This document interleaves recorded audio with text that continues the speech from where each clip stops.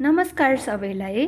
आजको भिडियोमा म तपाईहरूलाई पशुपति क्षेत्रभित्र रहेको एउटा निकै शान्त र हरियालीले भरिएको पार्क घुमाउँदैछु।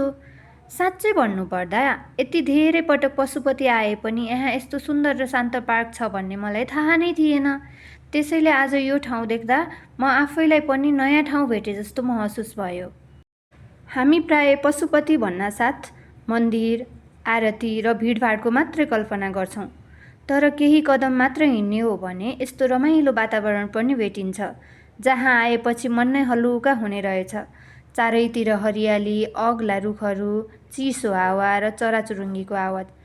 साँच्चै प्रकृतिसँग केही समय बिताउन चाहनेहरूको लागि यो ठाउँ एकदमै उपयुक्त लाग्यो।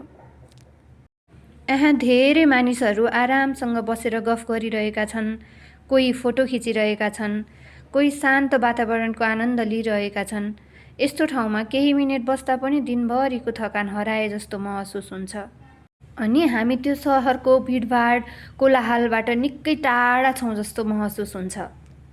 काठमाडौँ जस्तो व्यस्त सहरमा पनि शान्त र सफा ठाउँ हुनु आफैमा निकै राम्रो कुरा हो। कहिलेकाहीँ हामी टाढा टाढा घुम्न खोज्छौँ, तर आफ्नै नजिकै सहरका यस्ता सुन्दर ठाउँहरू भने छुटाइरहेका हुन्छौँ। आज हामी पनि त्यही कुरा गर्दै घुमिरहेका छौँ। यदि तपाईहरू पनि पशुपति दर्शन गर्न आउँदै हुनुहुन्छ भने मन्दिर घुमिसकेपछि केही समय यो पार्कमा पनि समय बिताउनुहोस्। परिवारसँग आउनुहोस्, साथीहरूसँग आउनुहोस् वा एक्लै आएर पनि केही समय शान्त वातावरणमा बस्न सक्नुहुन्छ। फोटो र भिडियो बनाउन पनि निकै राम्रो ठाउँ लाग्यो। मलाई व्यक्तिगत रूपमा यहाँको शान्त वातावरण र हरियाली सबैभन्दा धेरै मन पर्यो। कहिलेकाहीँ धेरै महँगो यात्रा गर्नु पर्दैन। मनलाई खुसी बनाउन यस्ता साना तर सुन्दर ठाउँहरू नै पर्याप्त हुन्छन्। म त सोच्दै थिएँ, यस्तो ठाउँ त पहिले नै थाहा भएको भए कति पटक आइन्थ्यो होला। यो पोखरीमा यति राम्रो कमलको फुल पनि फुलिरहेको छ।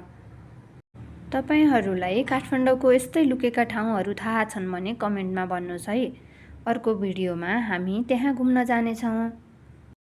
यदि हजुरहरू बिहान सबेरै वा बेलुका आउनुभयो भने वातावरण अझ रमाइलो हुन्छ। घाम पनि धेरै हुँदैन, हावा पनि निकै मिठो चलिरहेको हुन्छ। त्यसैले त्यो समयमा आउन सक्नुभयो भने झन् राम्रो अनुभव हुन सक्छ। साँच्चै कहिलेकाहीँ खुसी हुन धेरै ठुलो योजना नै चाहिँदैन। एउटा राम्रो ठाउँ, केही फुर्सदको समय र मनपर्ने मान्छे साथमा भए पुग्दो रहेछ। आजको यो सानो घुमाइले पनि त्यही महसुस भयो। आजका लागि यति नै।